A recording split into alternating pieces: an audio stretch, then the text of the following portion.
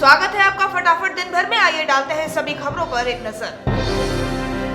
आज कांग्रेस प्रदेश अध्यक्ष किशोर उपाध्याय ने निर्वाचन आयोग द्वारा जारी किए गए चुनावी आंकड़ों पर चिंता जाहिर की है। उन्होंने कहा है कि जहां-जहां मोदी जी के चरण पड़े हैं वहां मतदाताओं का अकाल पड़ा हुआ है।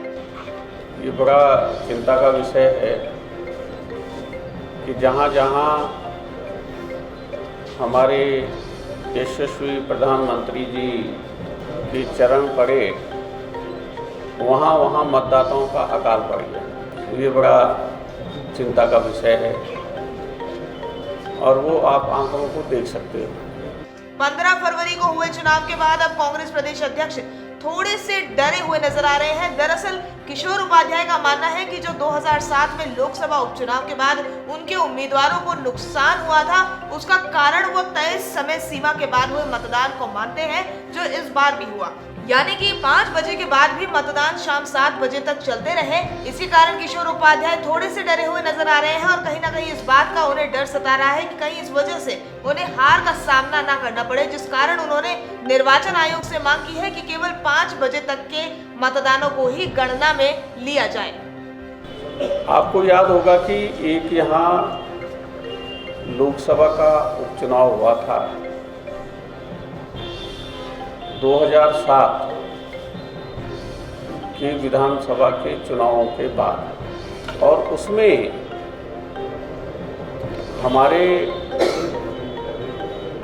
उम्मीदवार मात्र हमारे डिफेंस फोर्सेस के जो बैलेट हैं, जो मत हैं, उनकी वजह से हमको बड़ा भारी नुकसान हो गया। वैसे हम चुनाव जीत गए थे,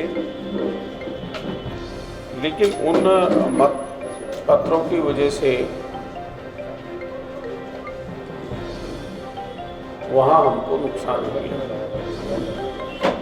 मैंने स्वयं भी जाकर के, और आज हमारा एक प्रतिनिधिमंडल जो मुख्य निर्वाचन अधिकारी हैं वहाँ मिलने के लिए गया था, और उनके माध्यम से हमने मुख्य निर्वाचन आयुक्त को ये आग्रह किया है कि पोस्टल बैलेट, तब चाहे वो हमारी रक्षा सेवाएं जो हैं उनके हों, क्योंकि रक्षा सेवाओं में आपके सभी आ जाते हैं, आपका army, air force, navy, coastal guard, या जो बाकी राज्य के भी जो मतदाता उस तरह से होंगे जिनकी पोलिंग में ड्यूटी लगी होगी, तब चाहे वो पुलिस के हों या दूसरे हों, उनके वोट देने की समय सीमा क्या होगी। उसमें एक चीज आ रही है कि जब तक मतगणना शुरू होती है उससे पहले तक वो मतपत्र आ सकते हैं, वो एक बात हुई। लेकिन अगर आप जो इलेक्शन कमीशन है उसका जो नोटिफिकेशन है उसके अनुसार मत देने का समय 5 बजे तक निर्धारित है। 15 फरवरी 5 बजे से पहले जिन्होंने अपना वोट दे दिया उसको जो है वैलिड माना जाना चाहिए, और उसके बाद अगर किसी ने मत दिया है तो मेरे विचार से उसको इनवैलिड माना जाना चाहिए। ये हमने अपनी राय लिखित में मुख्य निर्वाचन आयुक्त को दी है। वहीं उन्होंने बीजेपी पर वार करते हुए कहा है कि चुनाव के दौरान बीजेपी ने पैसे पानी की तरह बहाए हैं। साथ ही उन्होंने बीजेपी द्वारा जारी किए गए होर्डिंग विज्ञापन पर भी सवाल खड़े किए हैं। वहीं बीजेपी पर आरोप भी लगाया है कि उन्होंने लोगों को चुनाव के लिए धमकाया है और कांग्रेस को सहायता न देने के लिए भी कहा है, जो कि उन्होंने केवल और केवल सत्ता के लालच में किया। प्रदेश के मुखिया हरीश रावत ने कहा कि उत्तराखंड में 11 मार्च को आने वाले परिणामों में अगर कांग्रेस बहुमत से दूर रहती है तो वो अन्य राज्यों की भावनाओं के अनुरूप काम करने वाली शक्तियों से समर्थन लेने के बारे में कांग्रेस निर्णय लेगी। यूकेडी के शीर्ष नेता काशी सिंह ऐरी का कहना है कि उत्तराखंड क्रांति दल किसी भी दल को समर्थन नहीं करेगी। वो उनका कहना है और हमारा पार्टी का जहाँ तक सवाल है उत्तराखंड क्रांति दल का, हमारी पार्टी में ये प्रस्ताव पारित हुआ कि अब की बार हम किसी भी सरकार को समर्थन नहीं देंगे और जो भी बातें करेंगे हम अपने इस पार्टी लेवल पे करेंगे। पार्टी जैसा तय करेगी उसके मुताबिक हम काम। शासन के निर्देशों के बाद पौड़ी जिलाधिकारी ने जिले में भूकंप की संभावनाओं को देखते हुए जिला व पुलिस प्रशासन को 24 घंटे मुस्तैद रहने के निर्देश जारी कर दिए हैं। राहत और बचाव अभियान चलाने के लिए मॉक ड्रिल भी किया गया। इस मॉक ड्रिल में सभी जिला स्तरीय अधिकारियों व कर्मचारियों ने प्रतिभाग किया। भूकंप के दौरान राहत व बचाव कार्य के लिए जिला स्तर पर विभिन्न नोडल अधिकारियों की 11 टीमों के साथ साथ 400 राहत कर्मी और बचाव के कार्यों में भी सभी शामिल रहे। शासन के निर्देशों के बाद पौड़ी जिलाधिकारी ने जिले में भूकंप की संभावनाओं को देखते हुए जिला व पुलिस प्रशासन को 24 घंटे मुस्तैद रहने के निर्देश दिए हैं।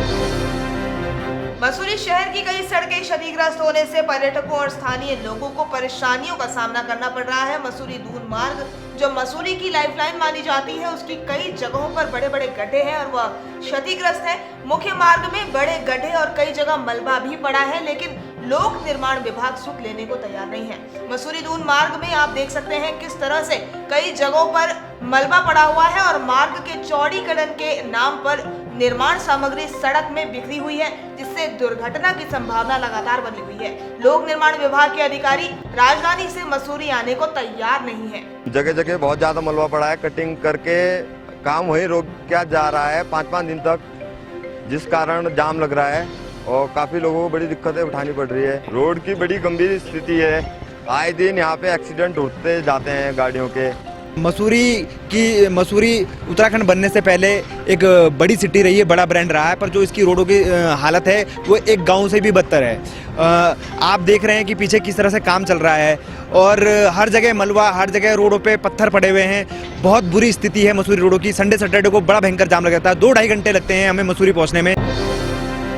जोशीमठ नगर में इन दिनों गंगा एक्शन प्लान द्वारा सीवर लाइन को बिछाने का कार्य चल रहा है, जिसमें डाडो वार्ड की सीवर लाइन को उच्च अधिकारी की अनुमति के बिना ही प्रधानाचार्य ने राजकीय इंटर कॉलेज की जमीन पर लगभग 100 मीटर पर बिछाने की अनुमति दे दी है, जिसको लेकर अब विवाद खड़ा हो गया है। इस पूरे मामले को लेकर खंड शिक्षा अधिकारी विवेक पवार का कहना है कि प्रधानाचार्य से 2 बार स्पष्टीकरण मांगा गया है, लेकिन अभी तक कोई जवाब नहीं मिले हैं। जवाब मिलते ही इस मामले पर कठोर से कठोर कार्यवाही की जाएगी। रुड़की के भगवानपुर क्षेत्र के सिसोना गांव में उस समय अचानक हड़कंप मच गया जब गांव की एक नाबालिग किशोरी के अपहरण की बात आग की तरह पूरे गांव में फैल गई।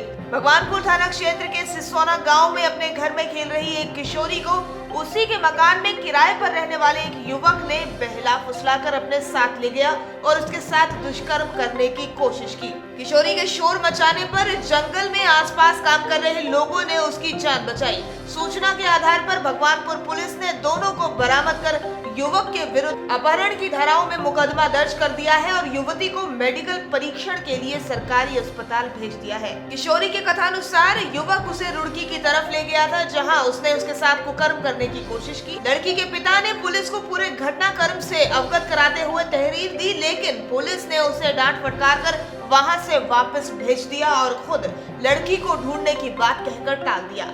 9 बजे 8 बजे को मैं चला गया कंपनी, तो बस दिन का मामला है।